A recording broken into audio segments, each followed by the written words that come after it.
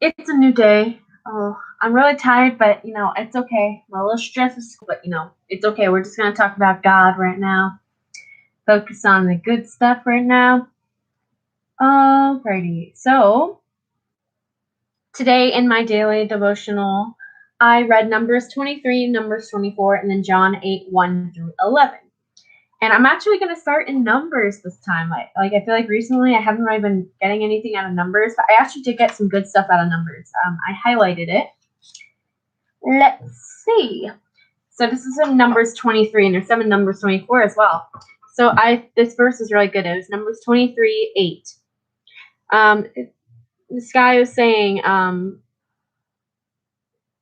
his name is Balaam. I don't know if that's wrong, how I said that, but Balaam, I don't know how you say it. But Balaam said, "How can I curse those whom God has not cursed? How can I denounce those who the Lord has not denounced?" Because this guy named Balak, or Balak, I don't know how you say his name. I don't know. Let's just say BK. We'll say BK and BM. You got BK and BM. So BK, he's like, curse Jacob and the Israelites for me. And BM is like, I can't do that. I can't curse someone that God hasn't denounced and cursed. I can't do that, because who am I to denounce someone? Who am I to denounce someone that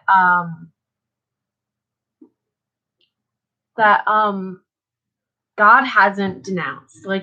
He doesn't have the power to do that. He doesn't have the right to do that, because we can't judge people the way God does. I mean, we judge people, but we can't righteously judge people like God does. And BK said to BM, what have you done to me? I brought you to curse my enemies, but you've done nothing but bless them. And then BM answered, must I not speak what the Lord puts in my mouth? So he's saying, so you want me to speak what the Lord has not put in my mouth? The Lord didn't tell me to say this, so why should I say it to these people? And I thought this was kind of cool. This is just this isn't quite related to that. I mean, it is, but I wasn't relating it to that for my context, how I was interpreting it. So this is Numbers 23, 19 through 20. And it says, God is not a human that he should lie, not a human being that he should change his mind. Does he speak and then not act? Does he promise and not fulfill? I've received a command to bless, but he has blessed, and I cannot change it. He's basically saying, we can't compare God to us humans, because God does things that we can't do. He does amazing things that we can never measure up to doing. And the bunny's biting her cage. So he's trying to say, God does what he says. He's not a liar. He's not human. He doesn't change his mind like that. And he doesn't, speak about something he's going to do and then ends up not doing it. He doesn't make a promise and then not fulfill it. He does what he says he does. He does what he promises us. And then BK said to BM, well, basically, if you're not going to curse them, then you shouldn't bless them. So, he's basically saying, well, if you're not going to curse them, you should at least not bless them. So, it's kind of selfish if you think about it. He's saying, yeah, okay, you don't have to curse them, but you shouldn't bless them. But BM saw it right to bless them, because he's doing what God says for us to do. He's doing what God told him to do. Bless those people. And BK told BM, let's go someplace else, and maybe it'll please God to let you curse them there. Maybe God will be pleased by that area, and he'll give you the get-go to curse those people. And now let's go into Numbers 24, where BK and BM went. It actually pleased the Lord, and the Lord wanted him to bless Israel even more. So that's kind of wild. So like, even though like BK was looking to go there so that God would grant BM permission to curse the Israelites, but God is like, no, you gotta bless them here. And then it says he did not. It says, I'm just gonna read it. Numbers 24, 1 through 3. All right. Now when Balaam or BM, that's what we're calling him, saw that it pleased the Lord to bless Israel, he did not resort to divination, I don't know how you would say that, as at other times, but turned his face towards the wilderness. When Balaam or BM looked out and saw Israel encamped tribe by tribe, the Spirit of God came on him and he spoke his message. So like, when he saw the Israelites, he didn't was like, oh, time to curse them like BK told me to do. He's like, he felt the Spirit of God go through him over these people. And so he spoke a message. He just blessed him. Like literally, he sent some huge blessings. And he's like, how beautiful are your tents. I'm just going to read Numbers 24, 5 through 9. So it says, how beautiful are your tents, Jacob. Your dwelling place is Israel. Oh my gosh, my nose is itchy.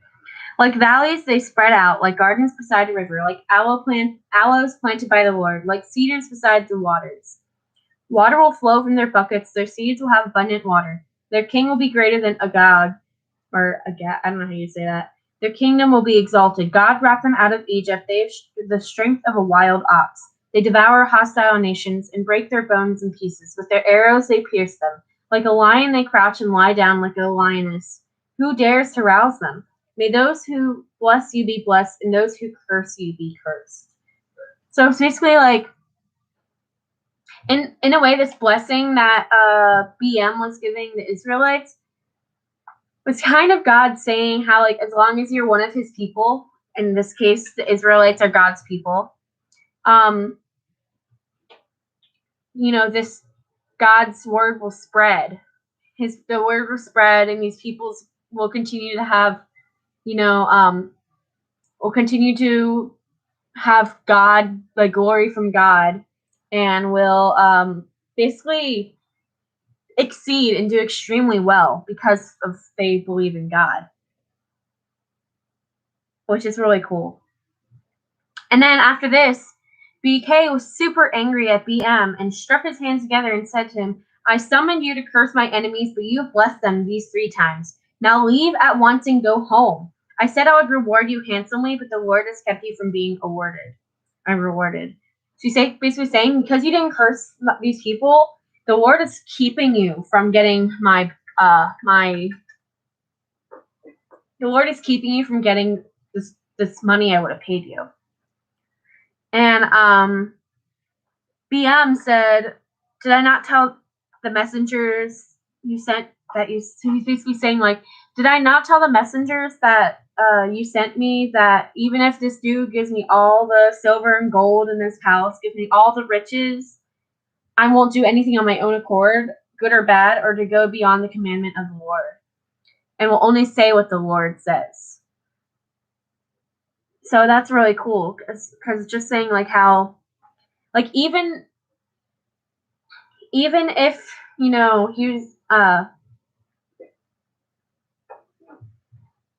BM is basically saying he wouldn't go against God or do anything that's not something God told him to do.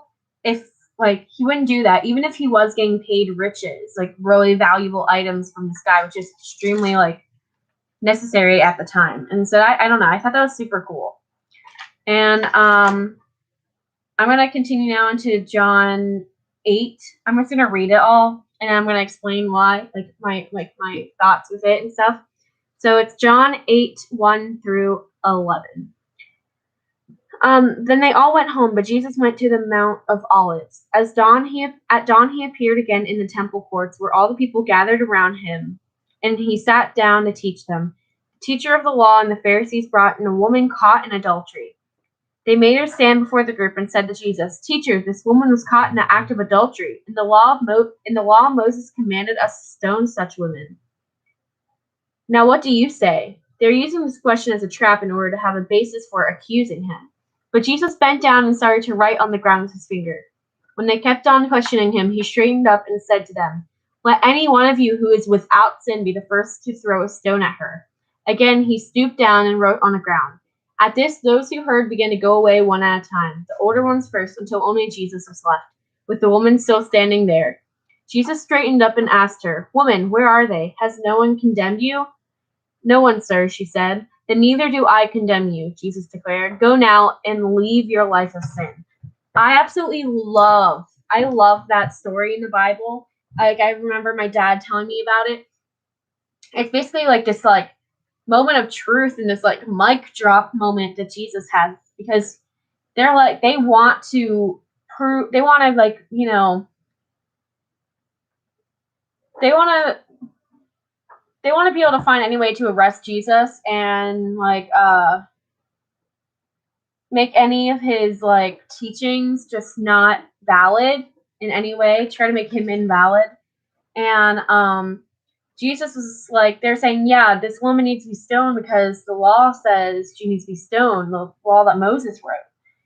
And they're going to try to trap him. And then Jesus was like, okay, well, if that's the case, lay down. Like, he's basically saying, if you have not sinned, go ahead, stay and stone her. Like, if you have not sinned, come stay and stone her. And these people are like, oh, crud, I've sinned. Now I look like an idiot. Oop. So Jesus really just like dropped the mic there, kind of being like, so you're gonna try to condemn her for her sin, yet you're a sinner as well. So he's like, shouldn't you be stoned? Like, if you can stone her, then you must be perfect, and they're not perfect. And it kind of is like, it's kind of like the situations where you're in an argument with someone and your point kind of like, disassembles their point, and they just have no words. They had no words. They couldn't fight back on that because they knew Jesus was right. They knew that they all sinned, so they really had no right to do this. And the thing I loved at the end is how Jesus didn't condemn her for it either. Jesus, he could have shown anger and hate for her, but he showed his love because he knows that everyone is deserving of love regardless of what they sin, like what their sin was. And I'm going to end it with the verse of the day. So the verse of the day is Colossians 3:23. And it is, whatever you do, work at it with all your heart. So like, whatever you end up doing in life, put your whole heart into it. And here, let me just, yeah, there's some other like versions of it. Like, this one is, work willingly at whatever you do, as though you were working for the Lord rather than for people. So that whole verse is really cool because it's basically saying like, whatever you do, work willingly and work with all you have as if you were doing that for God. Because really what you're doing in life should be for God. And so it's like really cool. I don't know. And I'm going to end it there because I'm really tired and I got school in the morning and I need to get ready for bed. And I hope you guys got something out of this kind of shorter video, but it's okay. It can be short and sweet, especially since, I don't know, there wasn't too much, but it was good. I enjoyed it. I felt like I was very concise and straight to the point about talking what I had to say. And yeah, that's all I got. Have a good night. Peace.